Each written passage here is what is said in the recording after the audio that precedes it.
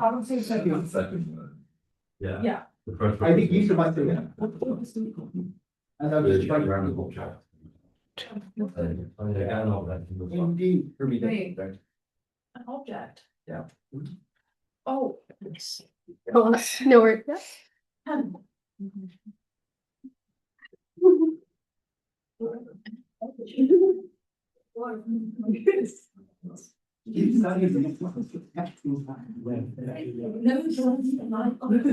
so We're really getting that. I think we should just watch history of I guess, you know, like. you know what, yeah, that would be probably a good reference starting point. Hi guys. So I think as you've already seen with my spectacular deafness dealing with this presentation, I am as much a Luddite as the people I study in my degree. So to just start out and get you all in the mind of thinking about history and thinking about the past in a more tangible way, going to introduce you to the concept of something that we talk about a lot in archaeology, and that is materiality, the way that the things underneath your hands feel, the way it is to interact with them. How do we think people would say, for example, look at a statue, whether it would be raised on a plinth in the past versus displayed in a museum now? The reason why this is relevant to discussing prefers motions and regrets motions, to discussing retrospectives more generally, is because I think having a clear idea of how we think about and model the past in a professional way will make you better at improvising and saying bullshit that is more compelling, more coherent, and more convincing than your opponents who don't know what they're talking about and who maybe know that Leonardo da Vinci was a guy. So does anybody want to describe to me the object that they have in their hands right now, what they think it says, something about the society that made it or the person who owns it? What can you deduce?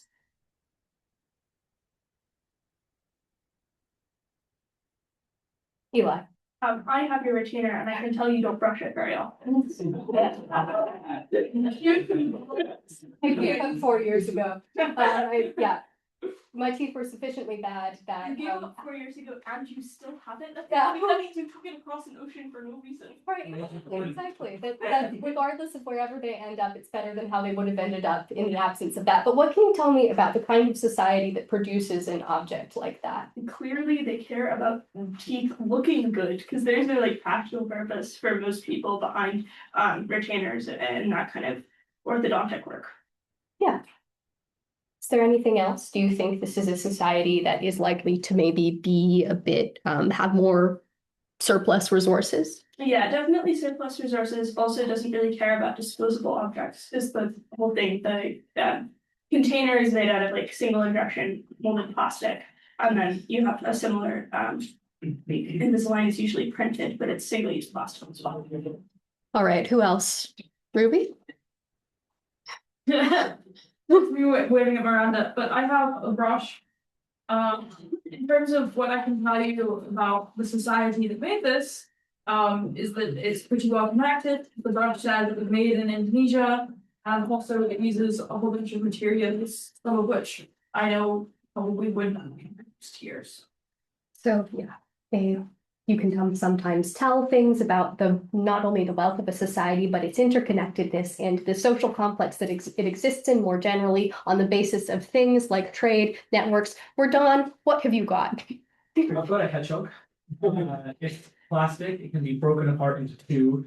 I think it's not plastic, actually made out of rubber, so it's quite malleable. After some deductive work, we realized it's something that you put on the edge of a saucepan, and then whatever is inside the bottom of the hedgehog can then be dispersed into whatever food you're drinking. The hedgehog looks happy, and it's clearly humanized to some degree. So it's probably a society that values animals, or at least finds a level of enjoyment out of commercializing animals. It has Fred and China written at the bottom of it. I assume Fred is the name of the hedgehog manufacturer.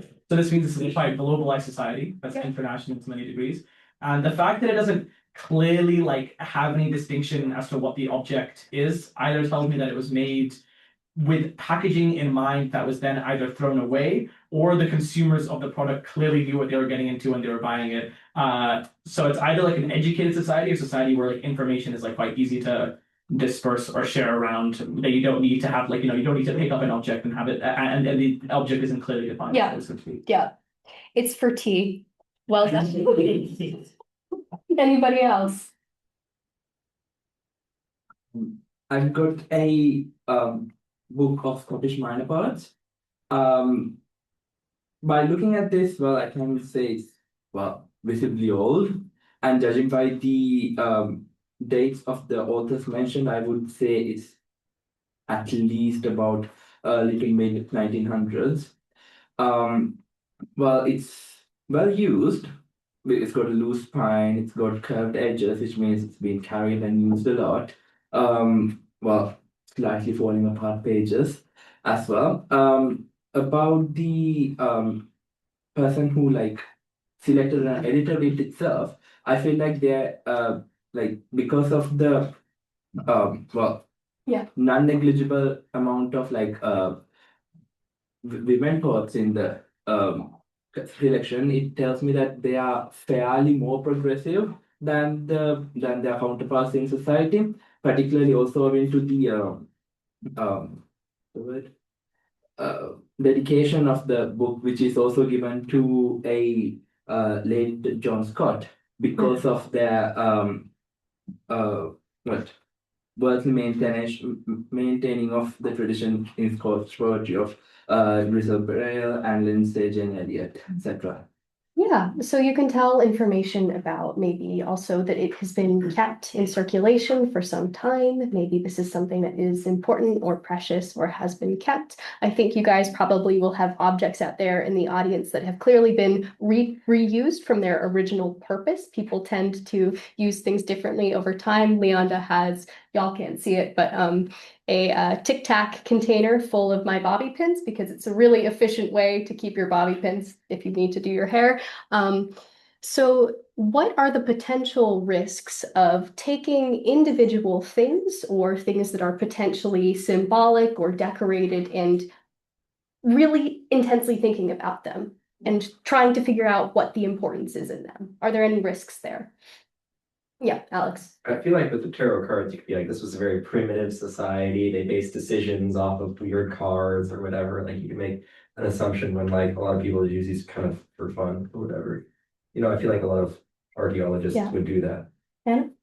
I could take your sketchbook and assume that you're doing a degree in fine art, which is not true, but you could. Yeah.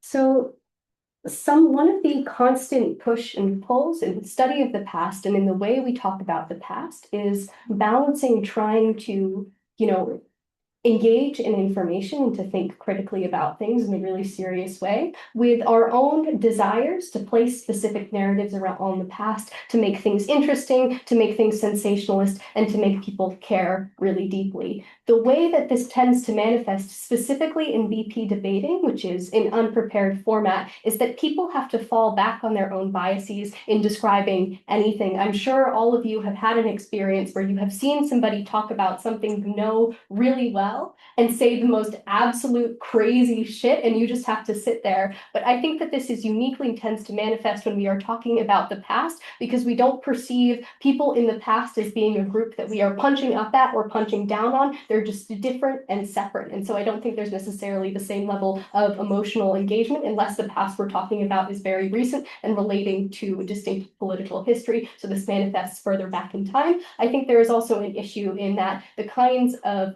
deep past that we often talk about in debate are things that people won't have necessarily studied in school the same way that you probably had to do like the Italian Renaissance, or I don't know, if you're American, the American Revolution 1 billion times. And even though I cannot teach you or even tell you about from my own knowledge every single thing that has happened in human history, because we have had a lot of it, what I can tell you is some general rules and tendencies, the way that things tend to work out in human societies that will make it easier for you to come up with convincing bullshit.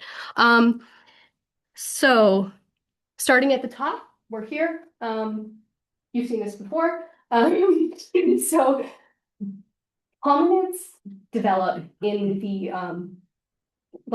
in the evolutionary record of this planet maybe between 7 and 4.5 million years ago. We're not sure exactly when bipedalism developed because we have some remains and skeletons that are potentially relevant, but we aren't 100% certain. One of the major challenges with determining human political history, human behavioral history, is that it's tied in with a record that is really sparse. We're kind of small, light animals. We don't really necessarily preserve very well. And the remains that we do have are often very politically contentious because a lot of people have different ideas about how things relate, how we should do things like define certain kinds of species. When we originally figured out that human beings are a certain percentage Neanderthal, that was a really big embarrassing deal for everybody who'd been making a big fuss about these big dumb cavemen with these big dumb brows who lived in caves for a really long time. It is something that is intensely political. So tell me, you guys, what ideas do you have or were you raised with about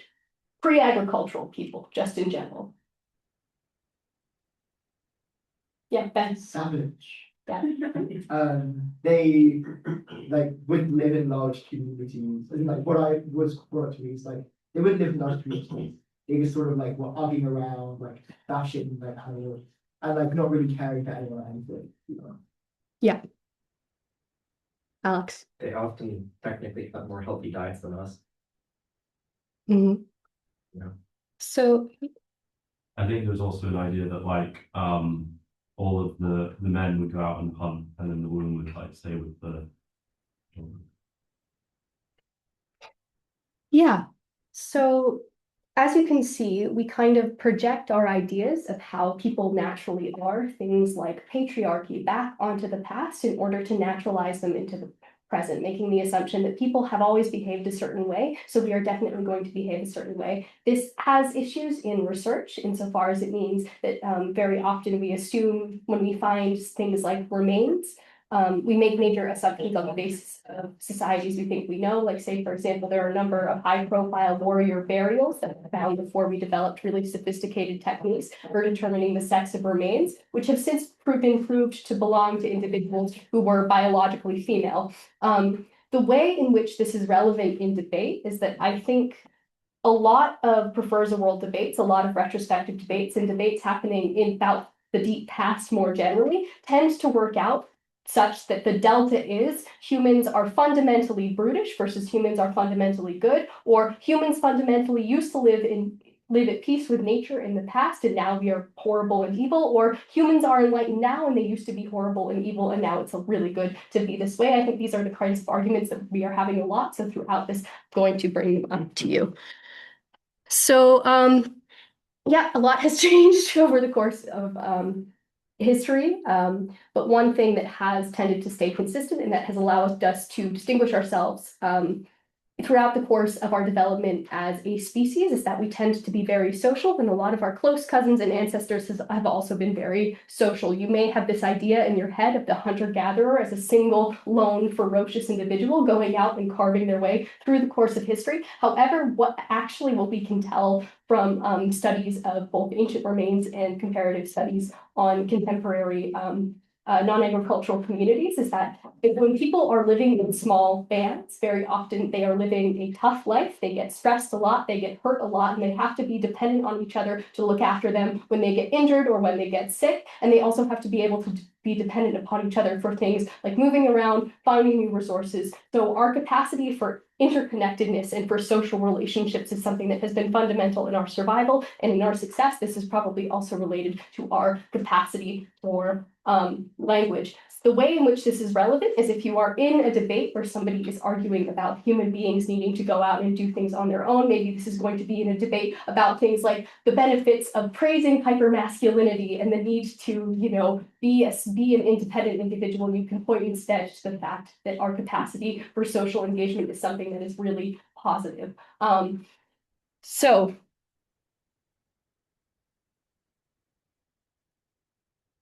talk to me about people.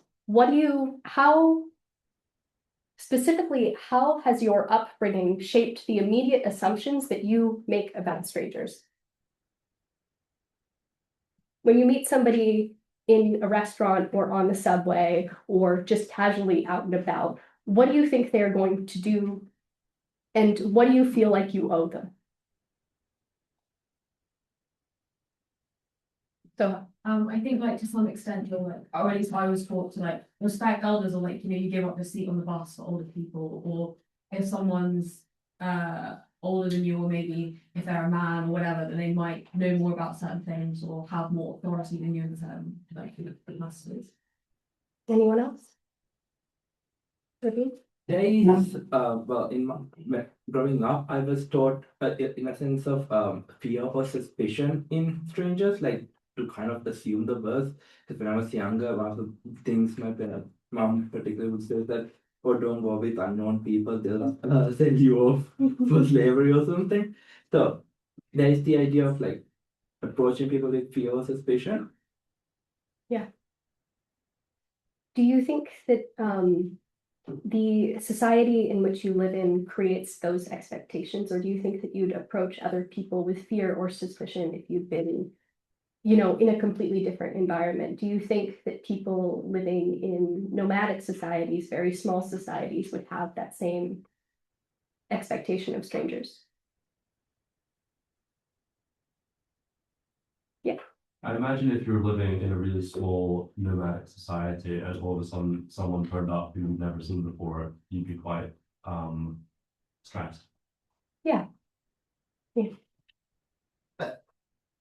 not sure I agree, just in the sense that I think that being nomadic necessarily distances the same sense of place that we have in modern society from you. So you don't perceive yourself or your own identity in relation to place as much, which means that just because someone is from a place different than you, I'm not sure that necessarily means that you see them as different necessarily.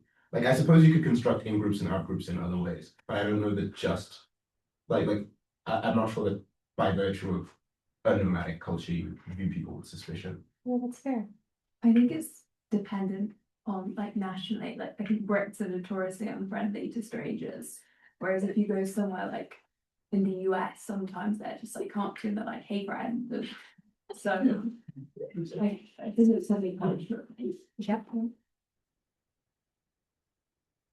So both now, even now, people with similar access to material resources, people who speak the same language, people who have the same cultural origins can have very different approaches to things like strangers and the way in which we engage with other people. Different forces can end up shaping the way that people behave. So it's really hard to make assumptions one way or the other. However, if you were in a debate and you were trying to argue that people are fundamentally thoughtless brutes, what's something? Give me a mechanism.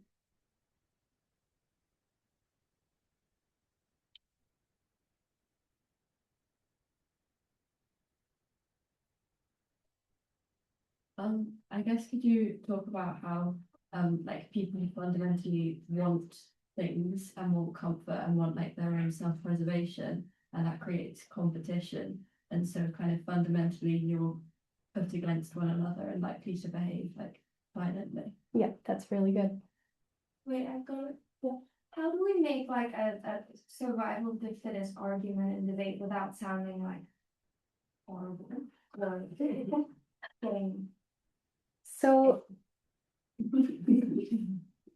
I mean, I guess it depends on the context in which you're doing it. I think you can maybe couch it in an explanation that this isn't necessarily something that you think is the best thing in the world, but you think that this is something that tends to happen. I think if you just explain the logic of it while putting yourself in emotional reserve from it, then maybe you will be scored better. I do know, unfortunately, a lot of judges' individual biases do factor into the scores sometimes that they give. Are there any specific contexts in which you've wanted to argue that, but you haven't been sure how to do it in a way that like you can get away with? well, there are usually, other arguments, but as in like how do you, for example, when you're talking about like in what case do we have to make an argument about like people's inherent nature being a thoughtless brute? Say, for example, if you are in a debate where you're talking about whether or not people can be trusted to behave on their own, or whether or not we need things like stricter religious regulations or stricter political regulations, whether or not we need stronger governmental controls. Also, if you are talking about emotion, maybe This doesn't just apply to retrospective motions, this also applies to looking forward. Maybe this House believes that a certain region is going to continue to experience severe conflict, or that certain individuals will continue to be in conflict. Being able to explain why human beings maybe could tend towards conflict, could tend towards expansionism, would be really, really useful, especially if you can prove that this is something fundamental that needs to be checked and corrected. This applies both in policy motions and in narrative motions. Now, people in the past were perfect angels. Talk to me about that. How could you argue that in a debate? I mean, this kind of comes with like, if there was some weird argument that I feel like a bunch of archaeologists were making that it would have been better if we didn't have an agricultural revolution. Because they're like, oh, people's diets were better, you know, like a lot of things like that. And like people weren't as like mad at each other because there wasn't really an incentive to get mad at each other because there wasn't like this commoditization of something, which started with the commoditization of like and control of the like agriculture and stuff like that. So I guess if you wanted to go really far back. Ruby? I guess on the historical record, I would find it very hard to argue that they were perfect angels, but I could certainly argue that they are the same as we are today. And the way I go through that is I go through like basically incentive analysis and as to like why specifically they would have to make lots of these same decisions and do these difficult trade-offs. But despite that, they still feel like fundamentally human about things and they still get upset in the way that we do. But I guess, yeah, a bit of a nihilistic approach to this. I think being in a lot of debates, what you're describing as nihilism will be seen as sophistication and nuance. So I think that that's a good idea to have. Another reason why I think this is relevant is because I think that these are potential pitfalls and fallacies that your opponents could fall into that you should be able to recognize so you can attack them on it. Say very often there is this idea that in a state of nature, people will, live in nature and they won't have commodities and they won't have exactly what, say, like Alex described, and so that people will be better. So if you can explain why people are still people and still have their own individual incentives, that would be strategic to be able to push against that. Now, on that, going into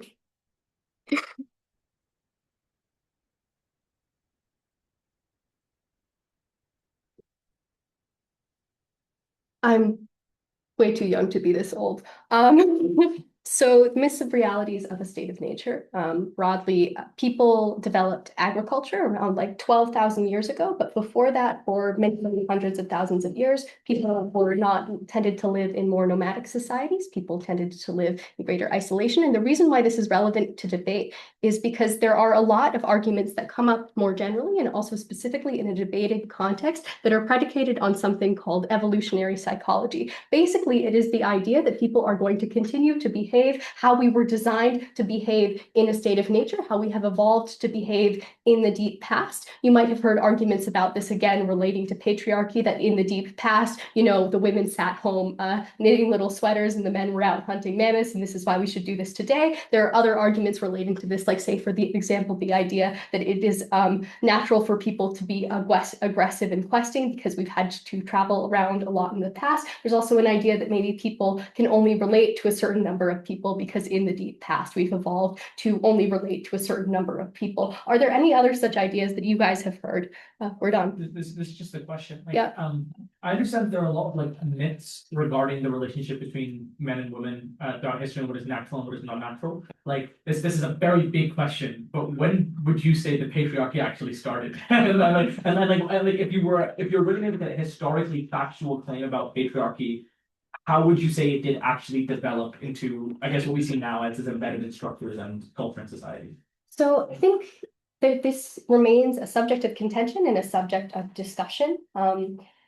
For a long time, there was a really big theory that before periods of Eurasian migration into Europe around the time of the Bronze Age, that maybe Europe used to have a matriarchal society and a great mother religion worshiping women, and that now we don't have that anymore. And most of the basis of this theory was things like little Venus figurines that we found depicting the female form in a really idealized way. What we think is more likely and what has probably happened more broadly in the past is that obviously, gender and sex are not the same, and even individuals who are performing a certain gender role that might change over the course of their life. Not everybody ends up having kids, but just having to go through reproductive labor changes the kinds of things that people are able to do. And it is really bad for your society if you send everybody who can only have a kid once a year and who's probably going to be doing a lot of the labor of things like nursing that child. If they all die in war, that's probably bad for your society. So there is very often a division of labor according to sex and gender that doesn't necessarily relate to a hierarchy, and then over time, hierarchies develop relating to it. We see some ancient societies where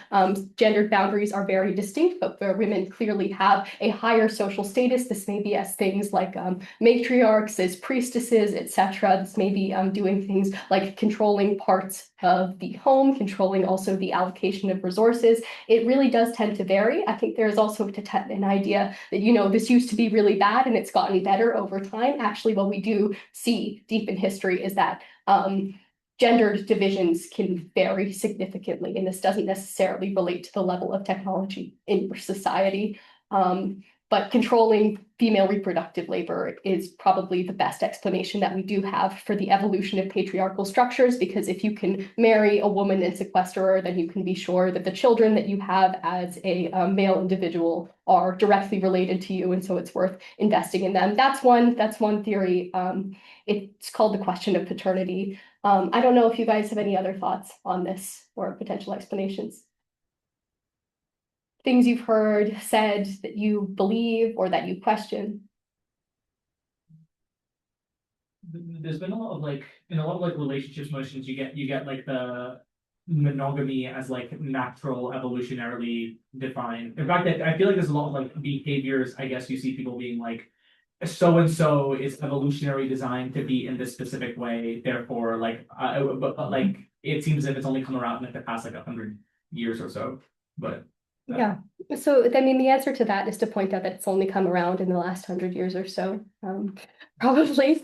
I guess another answer to that is they think there's an idea that you know, historically women haven't had to do much labor in the home, or haven't had to do much labor, that they've been, you know, safe in the home, doing nothing, sitting on their laurels, you know, like doing embroidery and whatever. And the reality is that for most of history, you can't afford to have half of your healthy adult population not doing things like growing food, helping your society to produce a surplus. So basically everybody has always had to work, and even the existence of a surplus that allows for a population just engaged in leisure is a really rare and mostly new thing.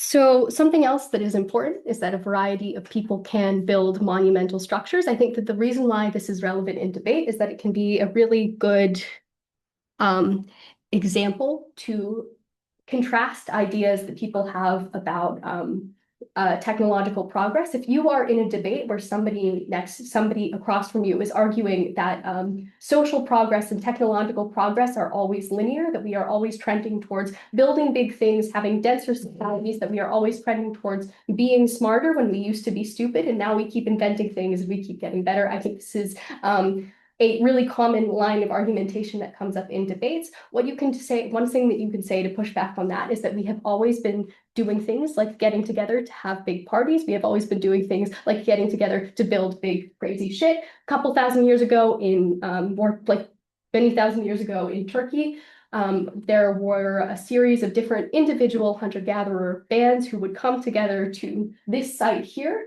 We don't know what it was for. We think it was probably religious. They didn't live there full time, but they would go and visit, and they built this monumental rock structure where they would meet with each other, probably engage in things like trade exchanges. It's called Göbekli Tepe, and it is really cool. This is also important and relevant insofar as a lot of the fixed ideas that we have about the past and the way that people behave are not actually accurate, and we keep finding new things that tell us that we've been wrong the whole time. And I don't know about you guys, but I think that's really exciting. I think that's really cool. So like 12,000 years ago, we get the agricultural revolution.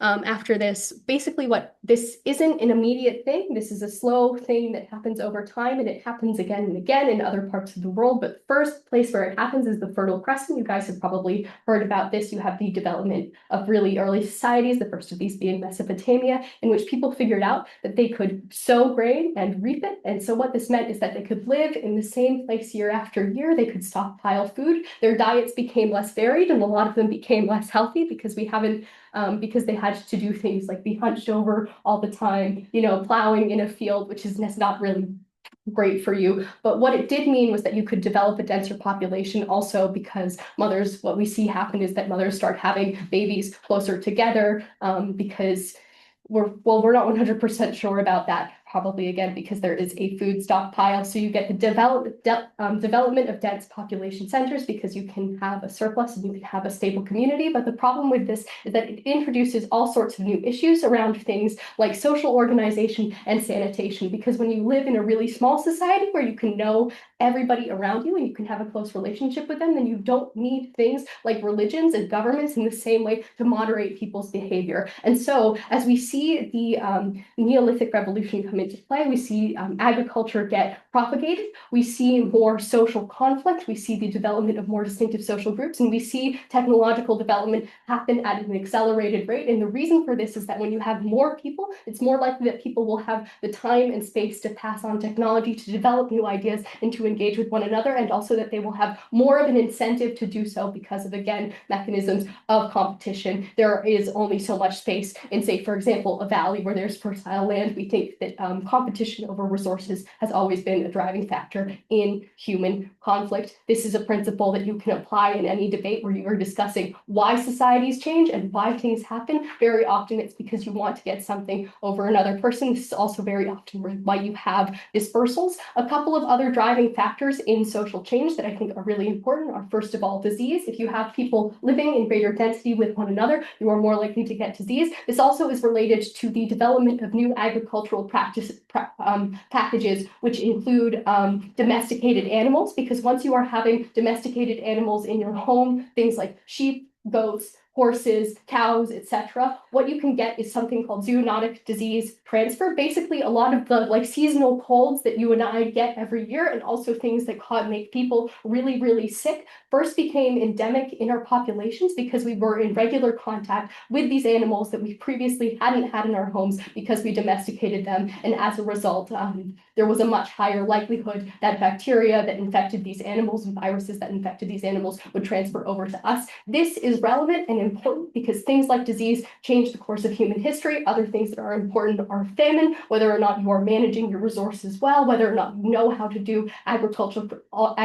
correctly, or you are depleting the soil. So what we tend to see happen is that societies will develop and they'll get really big and they'll get really overstressed, and then multiple different stressors will happen at the same time that result in a major collapse. This can also be extrinsic factors, like, say, for example, during the late Bronze Age, there was a massive volcanic explosion in around near the island of Crete, which resulted in a massive blackout over a ton of societies in the Levant and in North Africa. And because these societies were already big and unstable, once they had this volcanic eruption, which did things like disrupt supply lines and result in worse harvest yields, it had knock-on effects that were destabilizing.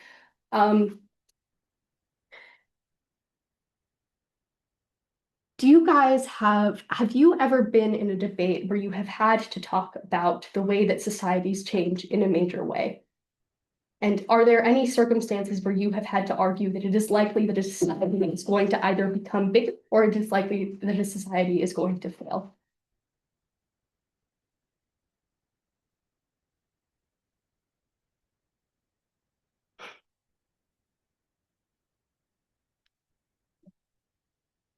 I think that these kinds of arguments are sometimes useful to really expand the impact of closing in this house prefers a world where people don't experience guilt or envy or a lot of those emotion-based ones. Because listening is going to talk about the small impacts and the very certain impacts on how this changes the way people interact with other people on a micro level. But then if you can, in closing, expand it out to society, that's an easy horizontal extension. And so I think that's when I find it most often to be influential.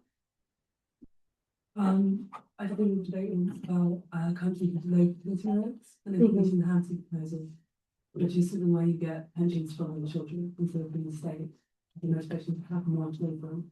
And in that debate, there are lots of arguments about like you need to do anything at all possible in order to force people to have more children, because otherwise the state, as you know, it will die and everything will be over forever. I don't know if that's relevant. No, that is definitely relevant, because what you can do, especially in a narrative debate where you're talking about maybe this house prefers a world where people bought into one particular religious ideology over another or something like that, is you can talk about how people's individual beliefs are going to change the way that they respond to these big social changes. Another thing that is potentially useful is to sometimes approach things like religion, things like the way that people relate to family, things like the way that people relate to the state as social technologies that have an effect of producing certain behaviors over time. So this can broadly be referred to as systems theory, the idea that there is a push and pull between different systems. I think maybe one good example of where this would be relevant is potentially there are a lot of religions which have really specific taboos on food, or really specific taboos on around the way that you are supposed to bathe and wash yourself and dispose of your waste. And these both have the effect of creating social cohesion, because people will relate to one another and feel like they are part of a big group when they engage in religious rituals. But those rituals can also serve a practical purpose of doing things like protecting people from injury and disease by allowing people a very specific framework about how they are supposed to pass on cultural knowledge that has originated with a really specific purpose. I think the challenge with these kinds of arguments is that it can mean that you are reducing the humanity of people when you are talking about these things in debate, but it is useful to think about different social structures when you have to describe how you would change them within a debate in terms of how they both affect the individual and how groups of individuals collectively relate to this and how this would change a society.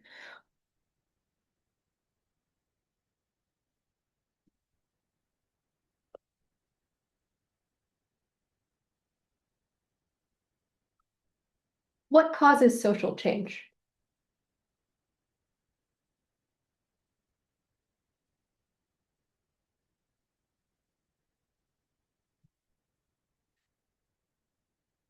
I suppose it's obviously a change in material conditions. Yeah. So it's like societies change a lot after, I don't know, famine, for example, or floods, and things like that. And often, the ways in which whatever methods of societal organization existed prior are destabilized by these things, or people just have a different understanding, especially since like there's a desire, I guess, to construct religion around what happens in the material world. So it's like the flood happens and everyone's really worried because now God's mad at them or something. And that probably changes society itself. Yeah. The level of education.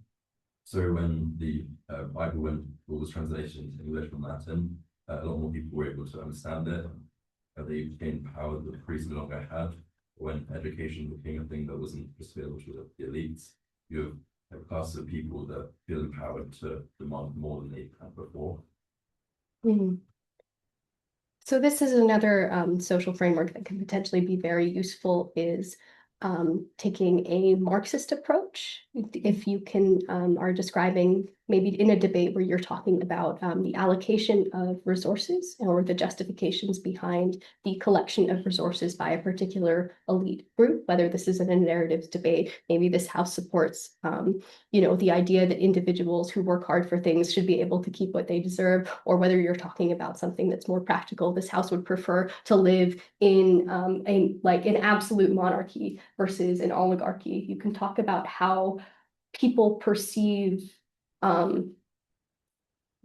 the collection of resources in the hands of a few in times of stability versus in times of chaos, and how they justify their place to themselves.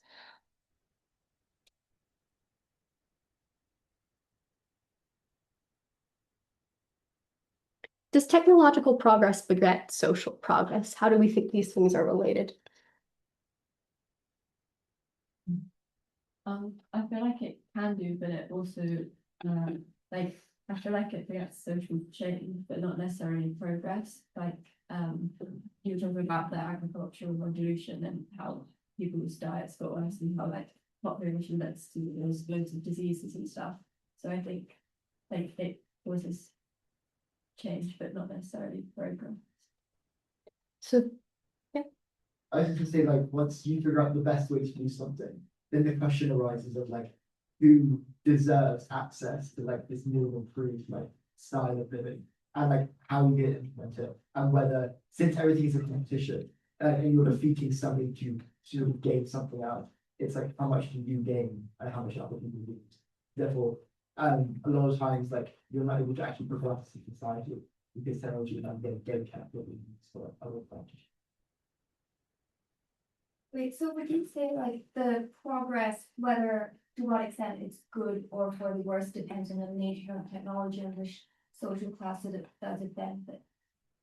So I think it probably depends on the social class that benefits. I think the reason why this is relevant in the debate is that a common missing burden that a lot of teams will do, especially when they're talking about something that creates social change over time, especially in the context of retrospective motions, is that they will tell you that there will be a major technological progress, and then they will tell you that things will get better for minorities, or that things will get better for women, or that things will get, I don't know, better more generally, that people will be uplifted, and without 100% proving why this is likely the case. So if you are ever in a debate where it is beneficial for you to prove this, there are ways that you can argue that, like say, for example, telling people that when there is a high level of social trust and stability, when people have access to a lot of resources, when they know that they're going to feel safe and provided for, maybe there is less of a need to do things like scapegoat individuals who are vulnerable in society, or to take advantage of them in order to, lift yourself up. Or maybe on the corollary, you could say that social progress or technological progress doesn't necessarily result in social progress, because maybe there is going to be capture by the elites, so these benefits don't trickle down. I think that there are a lot of opportunities to take this idea in a debate and to either prove it or attack it, depending on whether or not it is beneficial to you. So tell me how, in the context of a debate, you would attack a team which has taken for granted that social progress is predictable, linear, or based on improved material circumstances. Yeah. So there was this idea that came to my mind when I came about like technological progress, the social progress. And that's like, if the technological progress is that big thing can make more of a thing, that doesn't necessarily mean that the benefits of that technological progress are going to be socially distributed. But generally, if the technological change is about existing technology becoming smaller or cheaper, then generally that does get socially distributed. And the way I'd probably formalize this into a theory is that something that just produces outputs doesn't necessarily beget social progress, but something that allows for production of outputs does probably allow for social progress. And so if a team is going to claim that technological progress begets social progress, they probably have to prove that the type of technology that is developed is one that gives people the power to independently produce outputs for themselves. So this would be like, I don't know, when musical technology gets cheaper, then more people make bands, and that's good because they like say things about how bad society is. Oh, that's fair.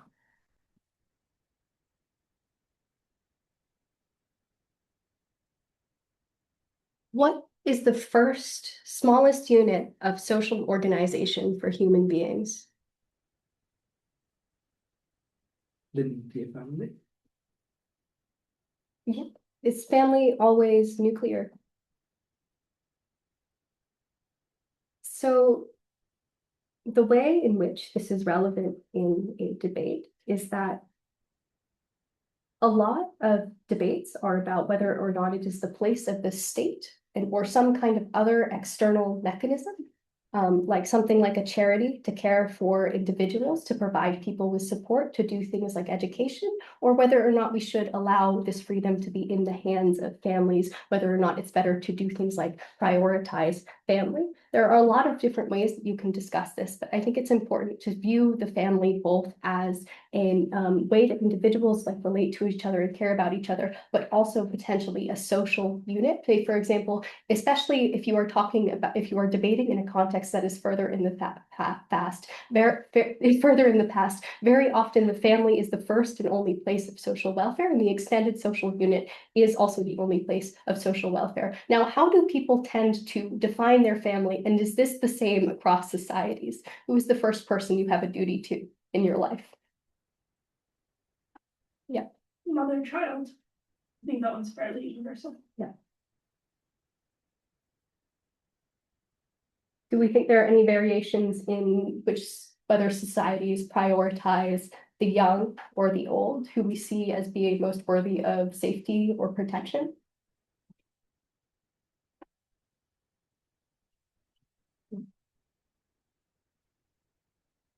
And I guess like I feel like in like at least British culture, the idea is that like parents save up and they can like give to their children like when they're older so they can like provide a good life for their children.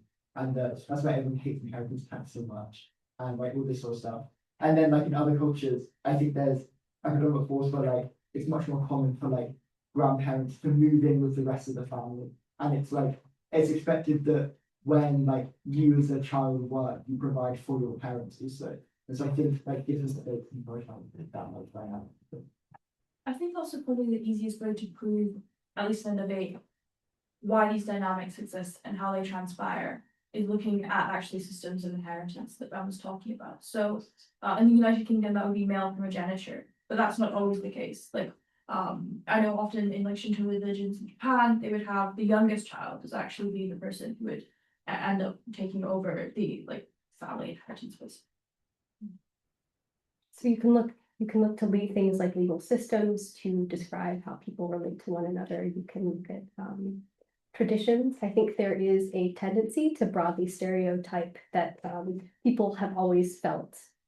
Historic people have always felt an intense sense of duty to their elders and an intense connection to family without necessarily defining what this family looks like or the potential variation in priorities that could exist there. So just because you have an idea that a society is distant and potentially also more traditional, more conservative, more based in individual, doesn't mean that its conservativeness is going to be the same as the family values and the conservativeness that exists in your society, that's stereotyped in your society. Are there certain universal things that are across all societies that are able to be pointed to in terms of like human and cultural development? Because I find one of the biggest issues when it comes to this type of world debates is that no one really wants to do their historical work because it's like there's a bunch of different societies, we have no clue how the hell they're interacting with one another, and it's far easier to base a lot of stuff in modern day we'll know how understands are going. So are there like specific universal aspects of human relationships that we can always point to and make like arguments about? Yeah, I think so. I think maybe it's easier to put it as, yeah, Ruby. There's one thing I would say is somewhat universal, which is the golden rule. So you can find that in like the Analects or whatever, as well as in like Matthew and other stuff, which basically do unto others. Like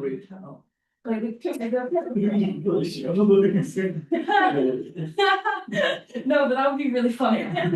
I think that's like fairly common and universal, and even if it's not in actuality, you can probably prove it as such, both through just using lots of examples and being like, guys, come on, like you don't want to have something terrible happen to you, and you actually probably don't want to do something terrible to someone else. Yeah. So I think like preying on intuitions and just using a lot of examples can prove that. Beyond that though, I'm sure Kate has like. Yeah, so that is definitely great, and I think it relates to something that is important to keep in mind, and it's that in a society with no other sort of strict established rules that you can rely on as having existed before you and coming after you, things like knowing that your government is going to continue to exist or that the church is probably always going to be there, you know, having sermons and putting out like alms and stuff. What people tend to rely on as a foundation for their social relations is in expectation of reciprocity. So what we find is, say, for example, in really prehistoric burials, where, you know, an individual has been dealt with great care and has made it to old age. And we try to explain why it is that people would continue to care for an individual who has become very infirm, who would presumably be a resource burden on their society. One of the things that we always look to is that there's an idea of reciprocity, and if you can perform the fact that you are looking after someone else, that you have the capacity to look after someone else,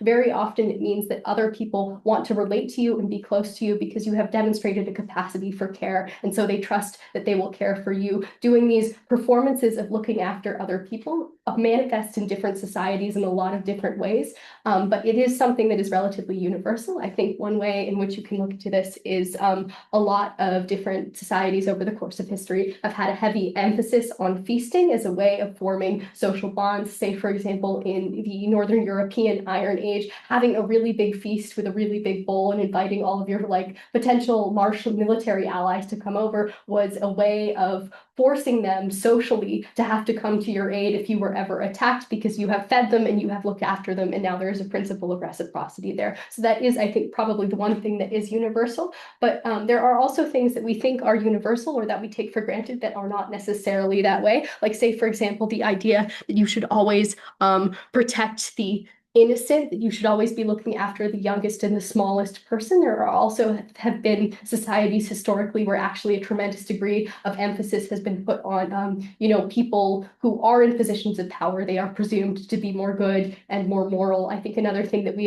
often assume is universal, especially in Western societies, that isn't always taken for granted, is the presumed sort of innocence of, you know, children and vulnerable people. Sometimes is like there are other societies where if somebody suffers or struggles significantly, it's assumed that they have done something in some way to earn that back karmically. There are significant sort of variations in the way that people try to moralize reality, but the reasons why we moralize reality is because we like thinking, I think, as people, that the world makes sense.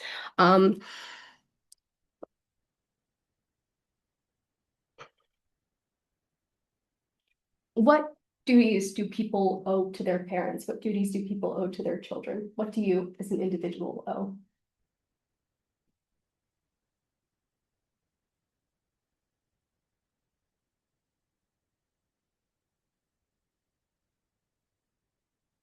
I think parents generally tend to have a burden of care towards their children because of the parents' agency in creating a child and the child's inability to fend for themselves for a significant portion of their, well, by that point, existence. On the other hand, I think a child has a sense of like a responsibility of gratitude towards their parents because, oh, I couldn't fend for myself, so they cared for me. Yeah, I think it's kind of switches based on who's most able in the dynamic. So when parents get older, it's like, I'm now more vulnerable in society, so you have to take care of me and not put me in a nursing home and like make sure that I'm okay in the same way that I look after you when you're vulnerable. I think earlier we were talking a bit about like sort of reciprocity and the obligations that individuals have. It's really difficult, I think, to aggregate these into being like, here are some rules for it, because often I think it's very contextually dependent. So that's particularly true, I think, Random, when you're talking about how like your obligation will perhaps shift over your lifetime. This might also be true if you're born with like disability, something like this. Particularly if we're talking about sort of like Neolithic. First, we're gonna begin to you break a femur or something like this happens. So obviously, like obligations change and fundamentals of existence are kind of just like very difficult to prove. Yeah.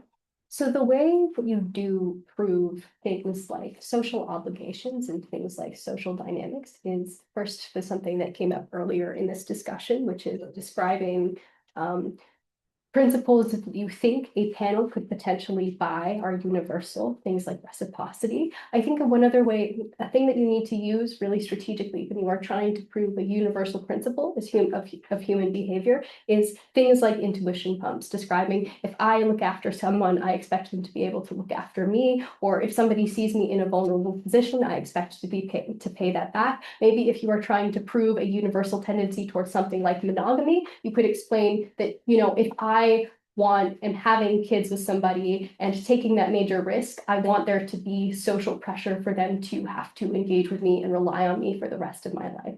I think when you are trying to do something as nebulous and abstract as prove a fundamental about the past, what you have to do is dig into the humanity of it. Are there any times where you guys in debates have had to try to prove something about human nature that you yourself don't actually believe?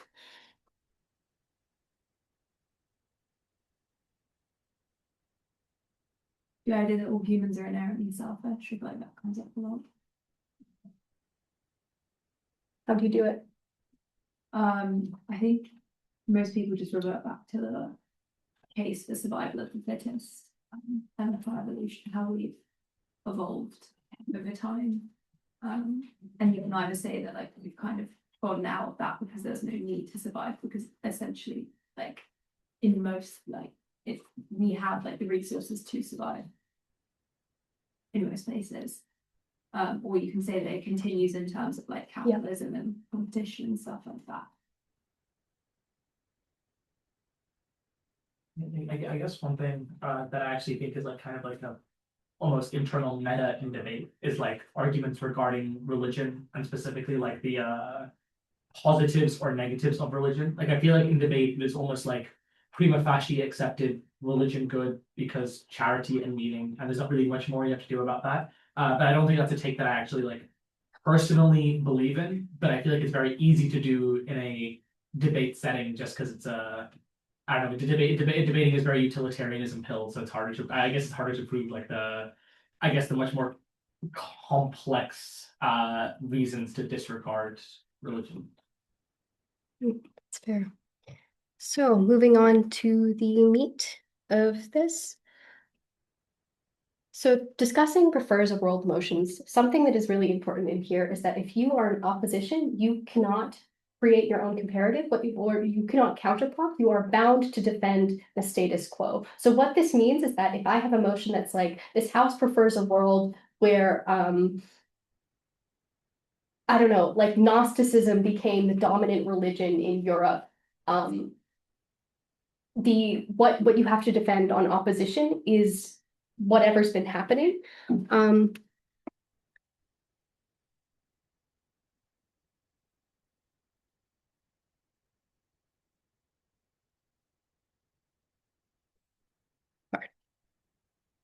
So, however, the way I think that this creates a unique challenge on Gov insofar as you have to decide where it is that this motion starts in history, where it is that the change is going to happen, and to try to describe that change happening over time. So just a quick heads up, if anybody does like a counterprop, I think this puts closing opposition in a uniquely bad position, because then there is a risk that their judge is going to buy, whatever crazy thing is happening on opening opposition. So I think what you do is you just defend the status quo and you point out while your interpretation is more plausible. What you can also get is this house prefers a world where X happened about Y. These tend to be about things like social norms. Yeah. Yeah, I just think that is like semi-important to emphasize. This house prefers a world debates are likelihood debates. So both sides are just analyzing what they think the counterfactual is. So opposition is always defending the status quo, but opening government also doesn't get to be like, the world is like this because it is. They have to like analyze why it is like that necessarily. I think that's a fairly common mistake to make. That is true. That's important. But so with these kinds of things, if you are comparing two different alternatives, it is important to discuss, maybe you can look to reference points specifically in history where the thing that you want to have happened entirely over the course of history happened individually, and use it as a reference point to describe it.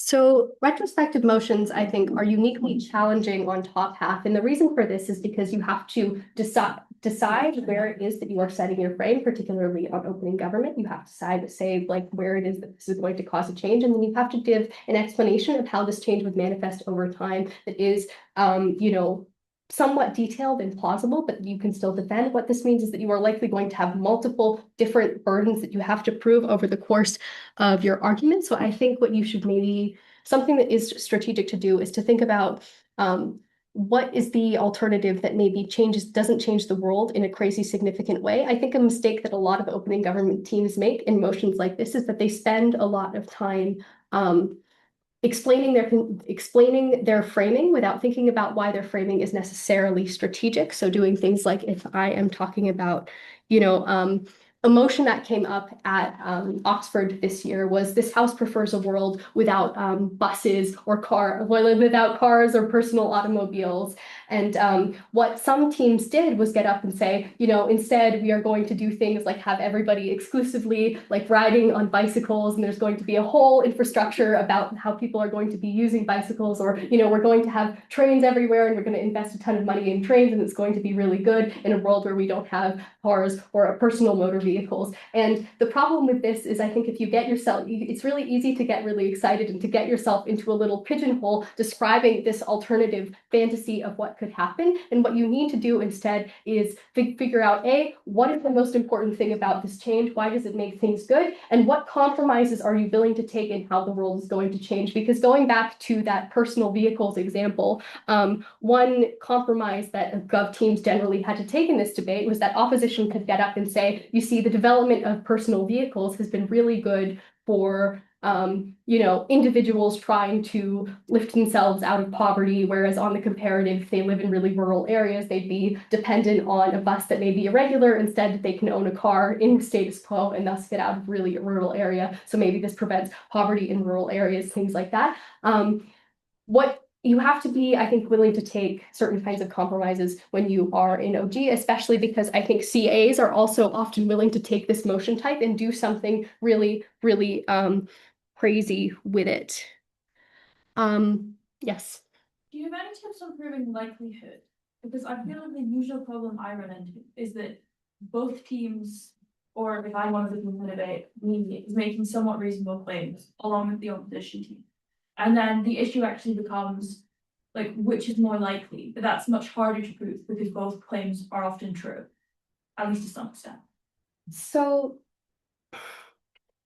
I think that's a way that debates like this can fall apart, but you shouldn't be competing on just likelihood. You should also be competing on like the value of your claims. And what I mean by that is like, if a government team says that maybe going back to the personal vehicles buses example, that the most likely thing is that if we didn't have personal vehicles, we're going to have trains, and this is really good. And then you get up and your pushback is like, no, you're not going to have trains, you're going to have something else instead. I think you can just sidestep that by explaining why your like conception of the status quo is going to apply in the majority of cases because it is easier, because maybe it's easier to develop political capital to do a particular change. You could sidestep this by explaining why this is more likely in the majority of cases. Or what you can also do is say that even if their thing happens, it is likely to create a very particular kind of harm. So even if they prove likelihood, their thing is worse, and if we prove likelihood, our thing is better. So just taking it out of their metric and bringing it into a different metric, yes. I also think the best way to prove likelihood is finding like, well, I guess and this helps in all debates, but find like the core issue of what specifically is this being debated. So when you're looking at personal automobiles, it's like, why does personal automobiles come about? What was the desire for that? And then how do those incentives then like evolve on like a multi-layered level from like either states, individuals, corporations, institutions. And honestly, it does end up being like a number like dumping game where you're like, here are all the various incentives that we have that clearly show why this is far more likely. But I think it helps both in like illustration, but also feasibility, because you're able to point to a problem and say, this thing happened because of these specific areas. Whereas if the similar incentives existed and our brains were shut off from accessing those things, the only other alternative are these particular things, these particular ways. Often though, sometimes you do have to end up making the trade-offs. But I think fighting on like the incentive battle is, I think, often the easiest way of proving likelihood, I think. It's a good contribution. So something that is, I think, important, particularly in prefers a world debates, because they are often really nebulous. They are also often dealing with the way that like a narrative, a shift in something like a social narrative or a kind of art or a little way of doing things could completely change society. There is a pitfall that teams can fall into when they were doing rebuttal by questioning why it is that a particular change would have an outside effect. And the danger of doing this is that you can also end up questioning your own effect if you are claiming, say, for example, that in the status quo, this particular religious idea results in these impacts, but in government's conception of this different version, different application of this religious idea, nothing happens because that's silly, because why would people change their behavior based on ideas? I think you need to be very conscientious that you don't do things that are self-mitigatory when you are doing this in prefers a world debates and also in narrative debates more generally. Something else that you can do when in a retrospective motion, this is also potentially this is relevant when you are talking especially about a motion that applies very deep in history, is that it is valid to argue that even if the change you are describing harms people in the present, it would have a major benefit at some point in the past that makes it more important and more relevant. So you don't have to be temporally bound to the present. You can say things like, for example, this house prefers a world where the bubonic plague never happened.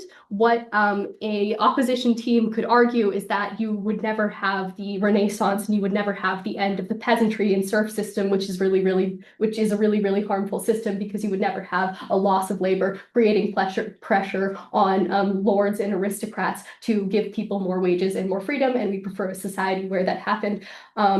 What you can do is get up and say instead, actually, we think it's better that all of these people wouldn't have died during the bubonic plague, even though there would have been social harms later on. That's one maybe potentially silly or extreme example, but very often you can find yourself in a clash where you are arguing about the relative benefits to people in the past versus people in the present. And so then I think what you could just do is either talk about likelihood, how maybe the benefits of something like social change would have been achieved anyway, with less harms, or you can just talk on scale as well. A challenge that can happen in back half in retrospective motions, especially if you are in intermediate rooms, is maybe top half is complete bullshit and they get up and either don't engage in the retrospective or they have a conception that is odd or hard to defend that you feel that you are potentially bound to. What often happens to teams in these rooms, especially if you're sort of feeling more confident in your ability to frame relative to the other people in your room, is that you might get up and spend a lot of time rebuilding a case in a way that is unstrategic. You can't engage with the debate that you wanted to happen. You have to engage with the debate that actually has happened. And sometimes this means that you have to just sort of accept things that opening has said that are a little bit stupid, or make sure that when you are restructuring a case in back half, when you are not happy with the way that top half has described things, that you are doing it in a way that actually seems relevant to the debate, because you could be dismissed as marginal, even if you deliver things in a way that is compelling and good, because BP is not a sport about the quality of your delivery. It's about your content.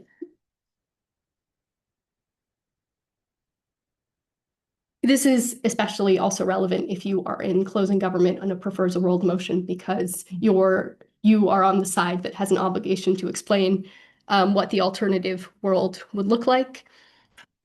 So just a quick final on talking about regrets motions. I think that a lot of what we have described here also applies in a regrets motion. I think that you essentially,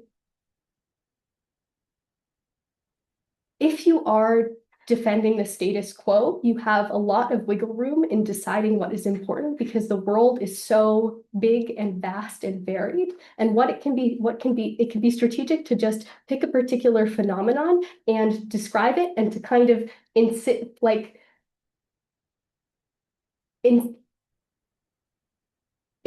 that this is the most important thing, because very often if you present an idea that is quite compelling, particularly in top half, other teams will get distracted and engage with it, even if it is isn't the most relevant thing in the debate necessarily. That can mean that things go off the rails, but it can also mean that you can control things effectively out of top half. That's all from me. On to the motion.